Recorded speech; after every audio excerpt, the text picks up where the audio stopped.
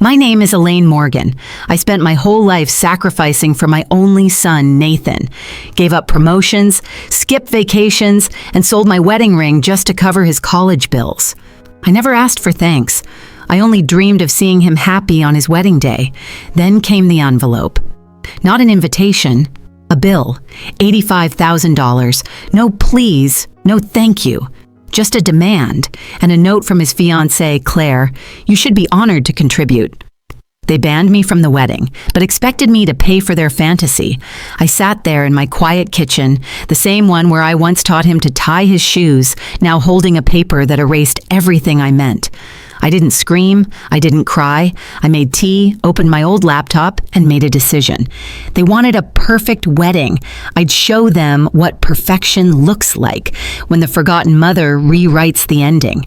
There's a quiet kind of grief that comes not from loss, but from being slowly erased. I first felt it the day I realized Nathan no longer called unless he needed something, a favor, a loan, a signature. He used to tell me everything. Back in the small house in Savannah, we'd sit on the porch after dinner and count stars together, his little hand wrapped around my thumb. "You're my favorite person," he used to whisper into my ear when I tucked him in. I'd stroke his hair and believe, with my whole heart, that love like that could never fade, that it would outlive teenage tantrums, college distance, even the shiny seduction of success. I was wrong. After his father, Stan, passed from a stroke when Nathan was just 10, I carried us through everything. I gave up my senior role at the accounting firm so I could be home more. I took night clients, did taxes for half the town to keep our lights on and still make it to every parent-teacher meeting. I stretched every dollar until it tore. I bought groceries with coupons, sewed our clothes by hand, and made Christmas from scratch. But I never once complained, because I believed I was investing in something sacred, my son's future. And when he graduated, top of his class, I cried so hard I thought I'd break in half. He'd made it. We'd made it. Then came Claire. She arrived like a storm dressed in silk. Pretty, sharp-tongued, and always scrolling on her phone. The first time we met, she commented on the linoleum in my kitchen, said it was quaint, which she pronounced like an insult. Nathan laughed. That was the first time I saw him hesitate to take my side. It wouldn't be the last. 3 years later, Claire called me, just once, panicked about student loan debt. She asked if I could temporarily help cover her last semester of grad school. I sold Stan's watch and pawned my wedding ring. Told her it was a gift, no need to pay me back. She never did. 2 months later, they posted a photo from Cabo, matching swimsuits, champagne flutes, and the caption, "Grind never stops." I wasn't tagged. Still, I held on to hope. Every mother knows the ache of slowly stepping back as their child builds a new life, but I never expected to be pushed entirely out. I kept a folder of every birthday card Nathan ever gave me. The one from age 8 still made me cry. "To the best mom in the world, I'll always take care of you." I believed him. Until the envelope arrived. That moment, it split my world in two, not just for what it said, but for what it meant. That somewhere along the line, my love had become an obligation, my sacrifice as a bank loan, and I was no longer a mother. I was a checkbook with wrinkles.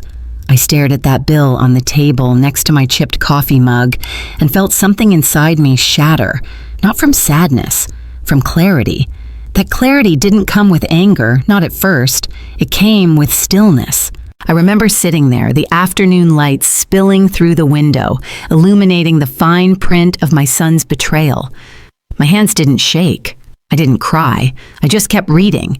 Each line of the itemized bill chipped away another layer of memory. Lobster flown in from Maine, $20,000. Private resort in Maui, $10,000. Floral installations inspired by Versailles, $6,000. My mind flicked through images like a slideshow I hadn't agreed to attend. Nathan proposing in Paris, Claire twirling in designer gowns, captioned, "Dreams do come true." And there I was, conspicuously absent from every dream they built. In the bottom corner of the invoice, written in Claire's handwriting, was the final blow. You should feel honored to contribute. It's your legacy, after all. Legacy? I thought legacy was bedtime stories, science fair models made from cereal boxes, Sunday dinners with burnt rolls and belly laughs. I thought it was teaching him to ride a bike, bandaging his knees, staying up all night holding his hand through chicken pox and heartbreak. But to Claire, my legacy was apparently a wire transfer and a nod of gratitude for funding her curated fairy tale. The more I stared at that line, the more something began to shift inside me. Not fury, not vengeance. Resolve. I stood up slowly, knees cracking in protest, and crossed the room to the mantel. My husband's photo sat there, beside a dusty baseball glove and a ceramic angel Nathan made in 2nd grade. I touched the frame lightly. "Did we do too much?" I whispered. "Or not enough?" Stan's calm eyes stared back, frozen in that fatherly half-smile, the kind that never faltered, even when the mortgage was overdue and the power flickered.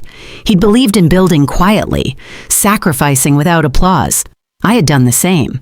But now, for the first time, I wondered, had I raised a man who mistook silence for weakness? I returned to the kitchen table and pulled out an old notebook, its spine frayed, pages yellowed. On the first page, in my careful handwriting, I wrote a single word: plan. I wasn't going to scream, I wasn't going to beg, but I wasn't going to be erased either. They thought I was soft, that I'd bend and break, like always. But I hadn't survived grief, single motherhood, and working 3 jobs to be disrespected in my own story. I would not fund a wedding I wasn't welcome to. I would not be their invisible ATM.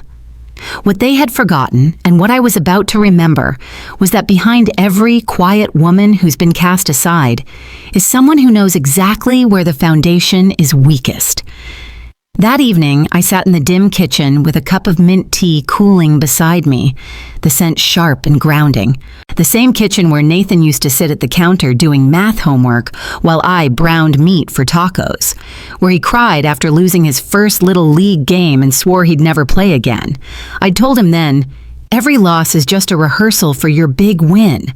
Now I found myself needing to believe that same line, for my own sake. I retrieved a battered photo album from the shelf.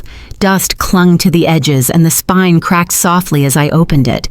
There he was, Nathan at 3 standing in a Superman cape made from a bath towel, at 10 covered in cake frosting at a birthday party, at 16 leaning on the old Volvo I helped him buy with savings from 10 years of clipping coupons.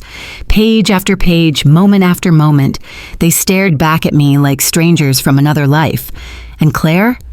She didn't appear in a single one. She hadn't been there when he broke his wrist on the monkey bars or when we camped in the backyard because we couldn't afford the real thing.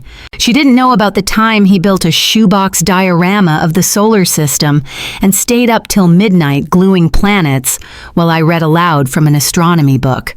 She hadn't seen him cry over his SAT results, thinking he'd failed me. I had held him through all of that, quietly, without asking for thanks.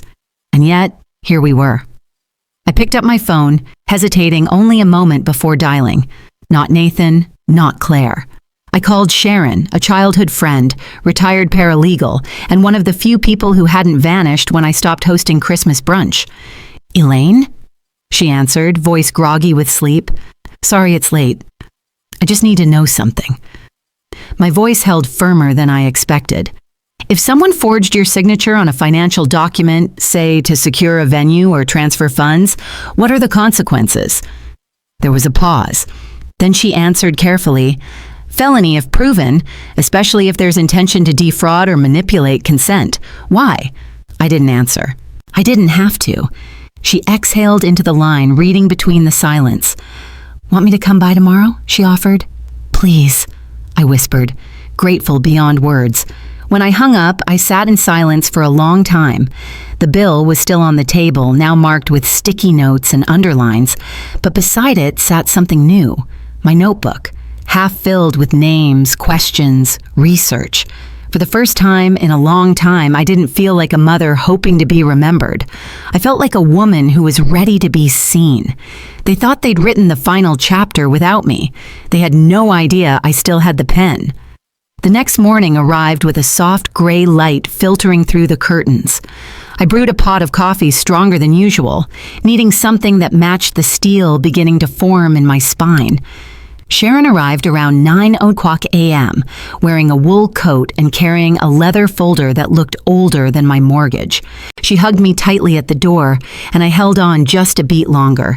We hadn't seen each other in person in years, but some friendships, the good ones, don't require upkeep. They just wait. Over coffee, I slid the bill across the table. She scanned it silently, then her lips pursed when she reached the handwritten note. I handed her a copy of the venue agreement, one I had discreetly requested by pretending to be the benefactor on file. There, near the bottom, was my name, typed and signed in neat, unfamiliar ink. Sharon leaned forward, squinting. "This isn't your signature." "No." "Claire's handwriting?" "I'm almost certain." She sat back, processing, her fingers tapping the folder rhythmically. "You could press charges, financial fraud, identity misuse, and if you're listed as the payer, you have the right to halt the entire contract." I nodded, but the thought didn't thrill me. Not yet.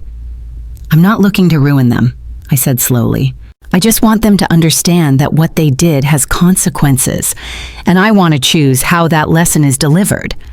Sharon smiled, a tired but impressed expression. "Well then, let's be smart about it." We spent the next hour drafting a basic statement, clear, firm, and legally sound, that I could send to the wedding planner if needed. I saved it on a USB drive and tucked it into a drawer under Stan's old fishing hat.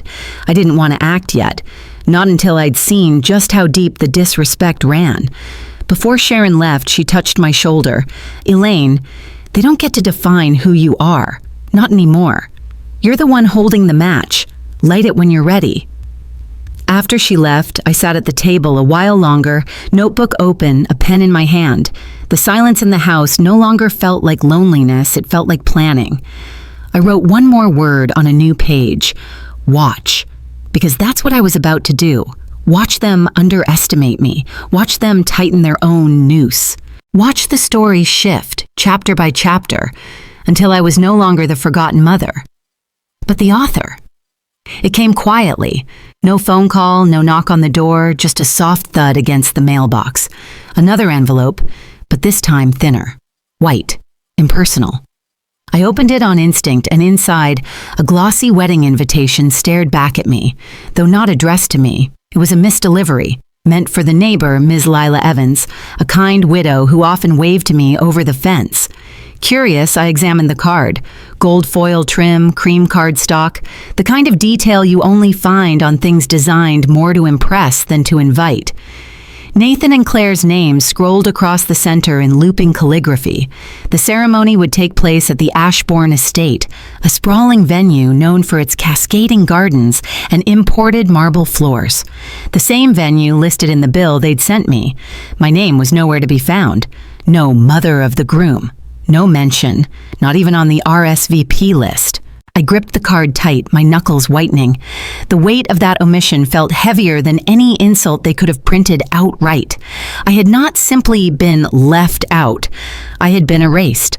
Like a character cut from the play before opening night, it was a strange ache, cold and slow, the kind of pain that doesn't come in waves but settles like fog, seeping into your bones until you can't remember warmth. I returned the card to its envelope and walked next door, handing it gently to Ms. Evans with a smile I didn't feel. "Wrong mailbox," I said simply.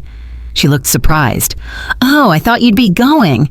Nathan's your boy, isn't he?" I nodded, not trusting my voice. She didn't press further, just offered a soft, "Sorry, dear," and closed the door. Back home, I opened my laptop. My fingers hovered over the keys for a long moment before typing in the wedding planner's name, Vera Rowe Elite Celebrations. Her website was slick and modern. Testimonials from women named Tiffany and Morgan praised her luxury vision and seamless execution. But one link in particular caught my eye. Vendor coordination documents, and through a digital backdoor, a forgotten Dropbox folder, I found an editable spreadsheet still synced with public view permissions. It was there I saw it, My name, again, listed under primary funder next to a fake email address created under a Gmail variation of my full name. I clicked on the email. It didn't exist. My heart pounded. This wasn't just a mistake. It was constructed, designed. Claire, or maybe even Nathan, had gone out of their way to create a fictional version of me, one that agreed to pay and then disappear. This wasn't neglect. It was surgical removal. I stared at the screen, the cursor blinking like a silent dare. Part of me wanted to slam the laptop shut, pretend I hadn't seen the spreadsheet or that phantom Gmail address, but it was too late for pretending. Every click confirmed something I had only suspected before. I hadn't just been excluded, I had been impersonated. And that meant this wasn't a personal slight anymore. It was fraud. It was a crime. My breath caught, but I didn't panic. I opened a new browser tab and typed in a name I hadn't said aloud in years, Lucas Archer. He was one of Stan's old friends, a retired investigator who now taught criminal justice at the local community college. He'd always liked me, even used to call me the smartest bookkeeper Savannah ever birthed. I found his office number and called. He answered on the second ring. "Elaine Morgan," I said after a beat. "I think I need your eyes on something." His voice cracked with warmth and curiosity. "Well now, that's a name I haven't heard in too long. What's going on?" I told him everything. The bill, the forged email, the impersonation, the exclusion. I didn't cry. I didn't even stammer. I laid it out like numbers in a ledger. Clean, precise, irrefutable. Lucas didn't interrupt once. When I finished, he let out a low whistle. "Sounds like someone's trying to have their cake, your checkbook, and eat it too." I managed a dry chuckle. "That's one way to put it. I'll swing by tomorrow," he said. "Bring the documents. I'll show you how to cover your bases." "And Elaine?" "Yes?" "Don't let them trick you into thinking this is about hurt feelings. This is theft. Dress it up in flowers and cake all you want. It's still a heist." When we hung up, I sat in the darkened room, the hum of the fridge the only sound. It should have made me feel small, knowing my son was capable of orchestrating this, but instead, I felt a flicker of control. A line from an old book I loved came back to me. The powerless have one power left, truth, and I still had mine. I printed everything, the email trail, the fake Gmail logs, even screenshots of the vendor spreadsheets.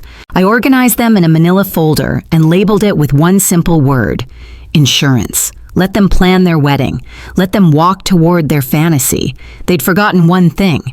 You don't cross a woman who's spent a lifetime doing the math for other people, because when the reckoning comes, she knows exactly where every penny and every secret is buried.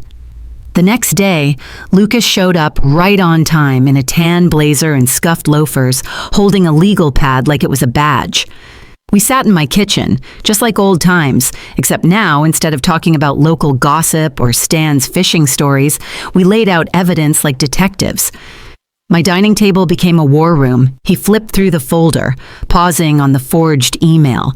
"You're not just dealing with fraud, Elaine," he said slowly. "You're looking at premeditation, intent. Whoever created this didn't just want your money. They wanted your silence." I sipped my coffee, bitter and black. They got the silence part right. Lucas leaned back, but they underestimated the wrong person. We spent hours outlining potential steps, legal, emotional, psychological. He had me write a sworn statement, time-stamped and notarized. He told me to back up every file in 2 places and gave me the number of a tech contact who could verify metadata in case it came to court. But it was his last piece of advice that landed hardest. "You need leverage," he said. "Something that hurts but doesn't draw blood, a crack in their perfect image. Not to destroy them, just to remind them who taught them to stand." I didn't answer. I just nodded, the thought already forming. After he left, I went for a walk. The air was sharp with autumn, leaves skittering across sidewalks like warnings. Every house I passed whispered memories of Nathan's childhood. Bike rides, scraped knees, that Halloween he dressed as a cardboard robot and couldn't fit through the door. I let the ache rise and pass like a tide. I needed to feel it fully, or it would bury me later. Back home, I stood at the window with my notebook in hand. I wrote one sentence. Stage 1 is silence. Stage 2 is exposure. I called a contact at the local paper, a woman named Kira, who once interviewed me about a tax fraud case I uncovered in the school district years back. I told her I had something delicate, something involving public money, deception, and a well-known venue. She was interested before I even said the names. I didn't give her everything, just enough to make her pay attention. I'll keep it anonymous, she promised. But if it escalates, we'll have a story ready. That night, I received a text from Nathan. Hey, Mom. Hope you're well. Wanted to check if you got the bill. Let me know if you need help wiring the funds. Help! The word hit me like a joke told too late. I didn't reply. Not yet. Let him feel the quiet stretch.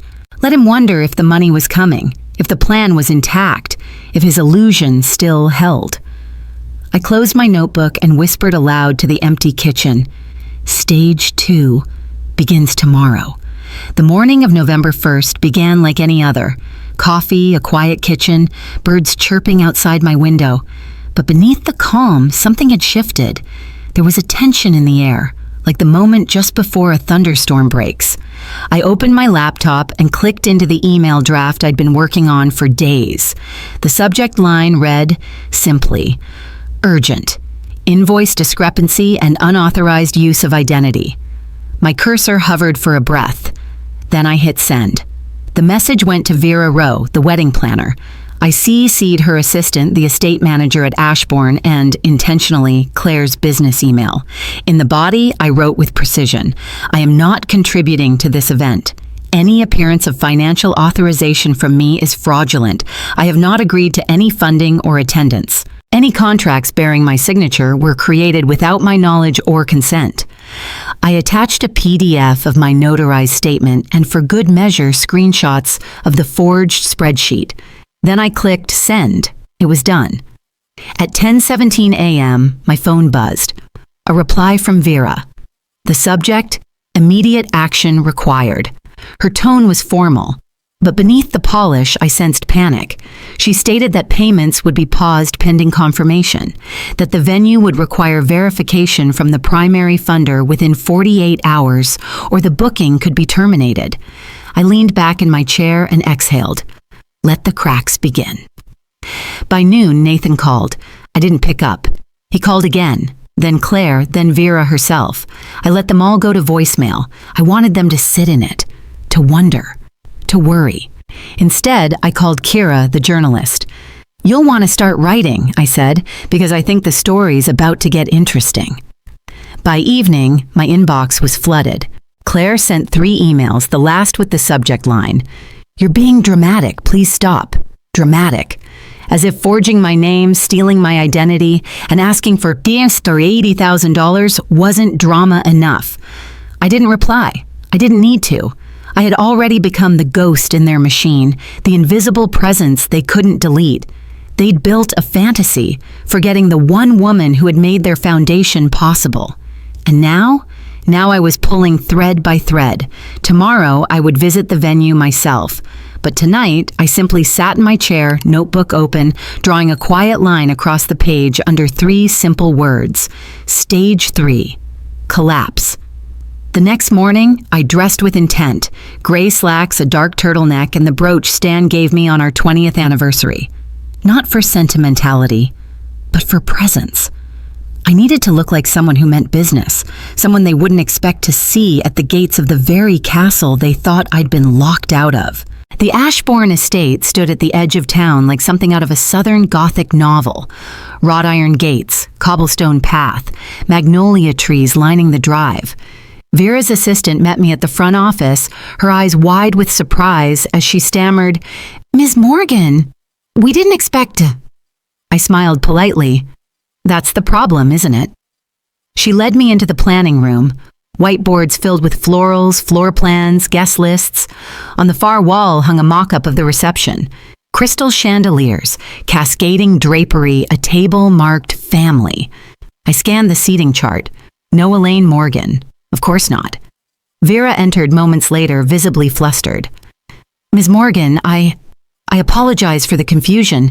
We had no idea there was any miscommunication with the—" "You didn't confirm your funder," I cut in. "You accepted a contract based on falsified identity. That's not a miscommunication, that's negligence." Her mouth opened, but no words came. I handed her the folder. Clean copies of everything I'd already sent. "I'm not pressing charges. Not today, but if a single cent is charged to my name, I will reconsider." She swallowed hard, flipping through the pages. "Will suspend all pending charges immediately." "Good," I said. Then I looked directly at her. "Tell Claire and Nathan they have 48 hours to make alternate arrangements, or the venue pulls the plug." On my way out, I paused in the main hallway and looked out through the tall, arched window toward the garden. Workers were already laying foundation boards for the reception floor. Each hammer strike echoed faintly, like a countdown. As I returned to my car, my phone buzzed again. Voicemail. Nathan, his voice tight with strain. "Mom, what the hell are you doing? You're going to ruin everything. Why? Over a mistake? Claire didn't mean to leave you out. It just happened. Come on, let's fix this. Don't go to war over a party." War. That word rang louder than all the rest. He still didn't see it. This wasn't about a party. It was about the years of silent disrespect, the rewriting of history, the reduction of a lifetime of sacrifice to a line item. And if he wanted to frame this as a war, he had no idea who he was fighting. That evening, I poured a glass of wine and sat in the glow of my living room lamp, the shadows tall and hushed around me. I opened my laptop, pulled up my notes, and reviewed each step again, making sure the next move landed just right. Then I called Kira. She answered quickly, as if she'd been waiting. "Elaine? It's time," I said simply. "The story's real. The evidence is clean. I'll give you a quote, but I want my name kept out for now." Kira hesitated for only a breath. "What's the headline?" I smiled to myself. "Family wedding halted over allegations of fraud and identity misuse." Subheader: Mother claims she was erased from son's life, but not from the bill. There was a pause on the line. Then, "That's cold, Elaine." "That's truth." We hung up. I felt something strange then. Not quite satisfaction, but a sense of power. Not power over others, but power over my own story. I lived a quiet life, the kind that fades easily in the background. But not this time. This time, I would be the noise. That night, I couldn't sleep. I paced the hallway, past the photos lining the walls, Nathan in his graduation robe, Claire at some gala, Stan's old black and white fishing photo from the lake. I stopped at the one in the middle, me and Nathan on a beach trip, his arms wrapped around my neck like he never wanted to let go. He had, but I hadn't. The next morning the article ran, online only for now. Anonymous sources, verified documents, a subtle veil over the names, but thin enough that anyone in our town could see through it. It hit social media by noon. The ripple was immediate. A friend from my church group called, whispering, "Elaine, is this about you?" A cousin texted, "Proud of you. 'Bout time someone stood up to those two." Even Lila from next door left a note in my mailbox. "You're not invisible. Not to us." Then came the one I didn't expect. A knock at the door. I opened it slowly, heart braced, and there stood Claire. No makeup, hair frizzed, holding her phone in one trembling hand. "What did you do?" she whispered, eyes darting behind me, as if expecting cameras. I crossed my arms. "I told the truth." Her lips parted, but no words came. Instead, she looked at me, really looked, for what felt like the first time. I didn't invite her in. Didn't slam the door either. Just let the silence stretch between us until she turned and walked away, heels clicking like a ticking clock counting down to the wedding that might never happen. I didn't sleep that night. Not because of fear, but because of clarity. I finally understood the difference between pain and peace. Pain is what you feel when you let people chip away at your worth. Peace is what settles in when you stop letting them. The morning came gray and humid, a strange warmth hanging in the autumn air like a warning. I stood at the kitchen counter, stirring sugar into my tea, when my phone buzzed with a message from Vera. Final decision pending. Venue may be canceled by 5 p.m. unless financials are resolved. Please advise. I texted back, one word, stand by, let them sweat. Around noon, a second message arrived, this time from an unknown number. Is this Elaine Morgan? This is Colby Miles. I'm Claire's father. We need to talk. I paused. Claire's father had always been a name, never a presence. I'd only seen him once, from a distance, at their engagement party. Tall, silver-haired, with a Rolex that caught every light and a laugh that never reached his eyes. A retired investment banker, now living in Florida. Claire mentioned him sparingly, mostly in the context of gifts or expectations. I called him. He picked up after one ring. Mrs. Morgan, he said, voice clipped. I think we've both been put in unfortunate positions. Unfortunate would be getting a parking ticket, I replied coolly. This is deliberate fraud. A pause. Then, Claire was misguided. She thought removing the complication would create a cleaner image. Removing me? He sighed. Look, we're not enemies here. I want my daughter's wedding to happen with as little damage as possible. I'll cover the remainder, quietly. In exchange, I'd ask that you... No, I cut in. You don't get to buy my silence. You want revenge?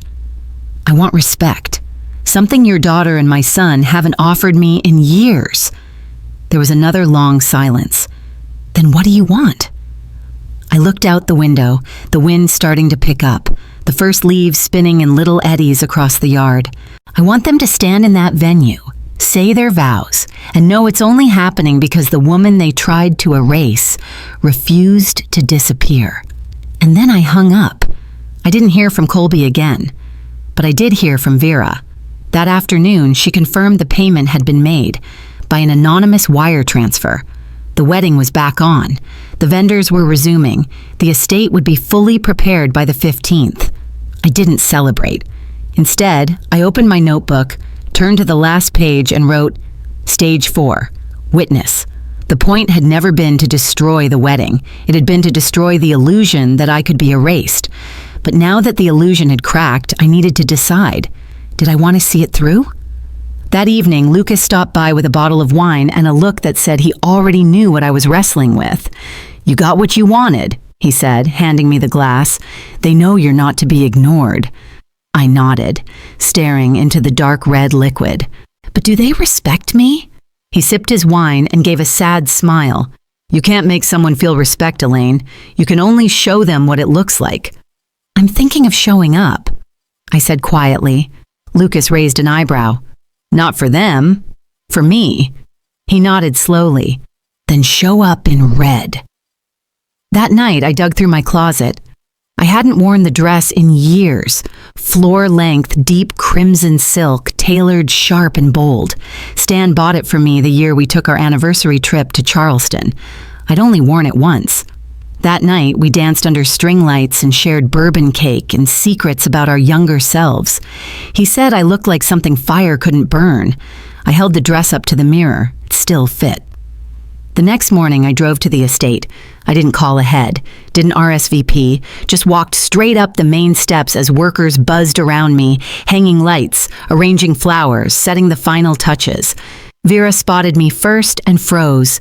Elaine, Miss Morgan, I wasn't told. I'm not here to cause trouble, I said, smiling calmly. I just wanted to see the place. I may not be in the photos, but my money helped build the stage. She didn't stop me. I wandered through the ballroom, the light catching on the glassware, the tables lined with perfectly arranged name cards, none of them mine. In the center of it all, the sweetheart table gleamed under a rose gold chandelier, already laid with champagne flutes. And then I saw it. A tiny place card, barely visible behind the floral runner. Claire and Nathan Torres, no Mr. and Mrs., no family crest, just names. Empty, modern, clean though. I walked out without another word. This wasn't a celebration of love. It was a performance. and I had just decided to give it the audience it deserved. The evening before the wedding, the sky turned the color of bruised plums, thick clouds rolling low over Lexington like a warning. I sat on my porch with the red dress hanging behind me on the doorframe, my fingers tracing the rim of my teacup. I wasn't anxious. I wasn't bitter. I was ready. Alex arrived just before sunset, a duffel bag slung over his shoulder and a flash drive tucked in his jacket. "Everything's set," he said, handing me the small device. Photos, clips, audio. Every vendor confirmed the story off record. "If you ever want to go public, this is your sword." I nodded, taking it with both hands. "Thank you. I may never use it, but it's enough to know I could." He studied me for a moment. "You going tomorrow?" "Yes." He smiled faintly. "Then wear that red dress. Let him choke on it." That night, I laid everything out with care. Dress pressed, heels by the door, hairpins in a neat line. It felt like preparing for battle, but also like honoring something sacred. Not the wedding, me. At dawn, the sky broke open with rain. Heavy silver sheets pounded the roof, hammering against my windows like a pulse. Still, I rose, dressed, and did my makeup by lamplight. No glitter, just power.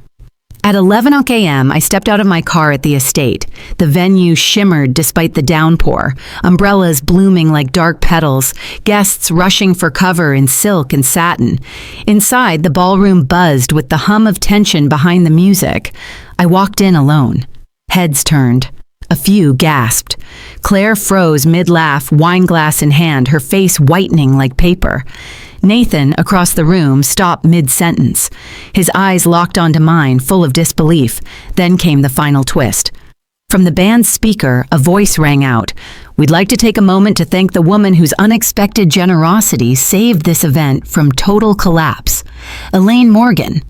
Gasps rippled. All eyes turned to me. "And I?" I smiled. A slow, deliberate smile that said everything without a word. Then I turned on my heel and walked out, leaving the silence behind me to say what no one else could. I didn't look back as I stepped into the rain, the cold slicing through the silk like a dare. But inside, I was warm. Burning even, not from anger anymore, but from something deeper, something earned. By the time I reached my car, my dress clung to me like armor. I sat behind the wheel, engine off, watching the steady stream of umbrellas trickle into the estate. I imagined the whispers rippling through the reception hall. Who was she? Why hadn't we seen her in the photos? Why had no one mentioned her before? Because they'd tried to erase me, but ghosts don't stay quiet when they're still owed the truth. My phone buzzed. Not a call. A text. From Nathan. "We need to talk. Please. Just us." I stared at the screen for a long time before typing, "You know where I live." An hour later, his car pulled into my driveway. No tux, no Claire, just my son, looking every bit like a man who'd run out of lies. I opened the door before he could knock. He stood there, soaked, blinking rain out of his eyes like he was seeing me for the first time. "Mom," he said. Just that. "Come in," I replied. He stepped inside, dripping onto the mat. I didn't offer a towel. He didn't ask. We sat in the living room, the rain still tapping against the windows like a ticking clock counting down to something we couldn't name. "You humiliated us," he said, voice hoarse. "No," I replied. "I reminded you I exist." He winced. "Claire thought," she said, "it would be cleaner, more elegant. She didn't mean for it to. She forged my name." He looked away. "I didn't know." "You didn't ask."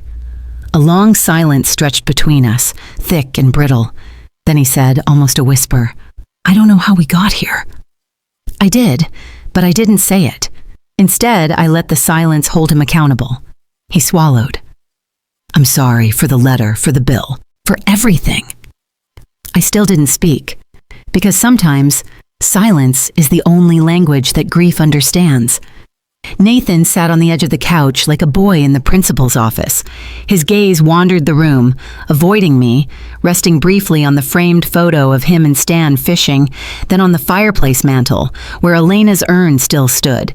"You always said family was everything," he muttered. "But I didn't. I guess I forgot what that meant." No, I said evenly. You remembered what it meant. You just decided it didn't apply to me anymore. He flinched, and for a moment I saw the child inside him again, the one who used to climb into my bed during thunderstorms, clutching his stuffed dinosaur. I thought, he started, but couldn't finish. You thought I wouldn't fight back. He nodded slowly. I stood, crossing to the window where the rain had thinned into a steady drizzle. Outside, the roses Stan planted were starting to bloom again, little red, defiant things against the gray. You know, Nathan, I said without turning, I didn't go to that wedding to ruin it. I went to remind you that the version of your life you've tried to curate isn't real. Not without the people who built the foundation. He didn't argue, didn't deflect, didn't run. Instead, his voice cracked. I'm ashamed. That's a start. He stood then, slowly, like someone rising after a long fall. Is it too late to fix it? He asked. I turned to him fully now. That depends, I said, voice softer than it had been in weeks. Are you asking because you regret the fallout, or because you finally see the damage? His silence was answer enough. I walked to the mantel and picked up the photo of Elena holding baby Nathan in her arms. She would have wanted us to find a way back. He looked at the photo, then back at me. I want that too, he whispered. For the first time, I believed him. But wanting something doesn't erase the wreckage. It only tells you where to start picking up the pieces. Nathan sat down again, quieter now, like a storm that had passed but left debris in its wake. You know, he said, voice uneven, Claire thinks I should cut ties entirely. Said the damage was irreversible. I tilted my head. Then why are you here? He didn't answer right away. Instead, he picked up the old pocket watch on the coffee table. Stan's, with the worn chain and soft tick. He turned it over in his hand as if looking for something he'd lost. I didn't realize, he finally said, how far I'd gone until I saw you in that red dress. I raised an eyebrow. He offered a weak smile. You didn't look angry. You looked proud, unshakable, and I hated that it surprised me. I leaned forward. You stopped seeing me as a person. I became a budget line, a name to be hidden, a problem to be solved quietly. But I'm not quiet anymore. Then he nodded, the words hitting him like waves. You think this can be repaired? He asked. Really? It won't be easy, and it won't be fast. His expression twisted. Claire won't like it. She doesn't have to. This isn't about her. He looked at me then, not with the glazed-over stare of a man who'd learned to perform affection, but with the raw, uncertain eyes of a son remembering what it meant to love someone without condition. I want to try, he said. I want to start again, if you'll let me. I didn't rush to say yes. Instead, I stood, walked into the kitchen, and returned with 2 mugs of tea. Chamomile, like I used to make when he had nightmares. I handed him a cup. He took it with both hands. We sat in silence, the rain now nothing more than a whisper against the window. And just like that, we began. Not a reunion, not forgiveness, a reckoning, a slow return to truth. 2 weeks had passed since the wedding that wasn't, and the air in Lexington had finally shifted. Autumn had stepped fully into its role, leaves turning copper and gold, the mornings laced with frost. I swept the front porch slowly, rhythmically, the bristles of the old broom brushing aside not just the fallen leaves, but the last remnants of humiliation. Nathan hadn't called again, not yet, but he'd texted. Small messages, soft in tone, a photo of a park bench we once sat on after Stan's funeral, a video clip of the local baseball field, now overgrown but still familiar. Each ping on my phone felt less like intrusion and more like acknowledgement. But I wasn't waiting anymore. I was moving forward. Claire had gone quiet. Social media wiped clean, the wedding photos never posted. Rumor had it she'd canceled the honeymoon and flown to Tampa to stay with her father. I didn't ask Nathan. Some doors close without ceremony. Lucas stopped by that morning with coffee and a mischievous smile. Guess who got a call from the Lexington Herald? He said, setting down the cup. I looked up. They're doing a piece? On financial abuse in weddings. I gave them your name. I chuckled. You didn't ask first. I knew you'd say yes. I didn't say yes, but I didn't say no either. Later that day, I sat by the fireplace and reread my old journals, pages filled with moments I'd forgotten. Nathan's first word, ball. Elena's last letter to me, the time Stan fixed the garage door with duct tape and pure will. I realized I'd spent so long being defined by what I'd lost, I'd forgotten what I still carried. Not bitterness, not pride, but worth. The next morning, I wrote a letter. Not to Nathan, not to Claire, not even to Stan, to myself. It read, Dear Elaine, you survived the quiet erasure. You walked back into a room where you weren't wanted and claimed your space anyway. You stood in the rain, wearing the color of fire, and reminded them all. You were never disposable. You do not need an apology to heal, but you owe yourself the truth. And the truth is this. You mattered before they noticed, and you'll matter long after they forget. The letter sat on my desk for days, untouched but not forgotten. I'd read it again every morning, not for reassurance, but as ritual, like lighting a candle or tying my shoes before a long walk. I didn't need the words to be brave. I just needed to remember I'd written them. On the third morning, I got a knock on the door. Nathan stood on the porch, no umbrella, no excuse, just a man carrying 2 grocery bags and an awkward smile. Thought I'd try something simple, he said. Chicken and dumplings, like you used to make. I raised an eyebrow. You remember that? He shifted his weight. Not really. I Googled your old recipe blog. I laughed then, more surprised at the sound than the sentiment. Come in. We cooked in quiet harmony, like old hands finding the rhythm of a familiar waltz. He chopped vegetables. I stirred broth. When the dumplings floated to the surface, I set the table for 2 and poured sweet tea. He didn't touch his fork right away. I'm not here to win you back, he said, or to defend Claire. I just wanted to sit across from you and not feel like a stranger. You're not a stranger, I said. You're just new, a newer version of someone I used to know. He nodded slowly. I can work with that. After lunch, we sat on the porch. The sun broke through the clouds, casting a golden haze across the neighborhood. Children's laughter echoed from down the street. Somewhere, a dog barked. Nathan cleared his throat. I've started therapy, he said. Real therapy, not the app. I nodded. And I paid back the vendors. All of them. Not with Claire's help, just me. Why? I asked. His voice cracked. Low and honest. Because if I can't undo what I did, at least I can clean up the mess. I didn't reach for him, didn't praise him, just let the silence settle. Because healing isn't about fixing everything. Sometimes it's about showing up. Messy, late, honest, and staying put. The following week, a small envelope arrived in the mail. No return address, just my name in soft cursive. Inside was a photo, not of the wedding, but of me.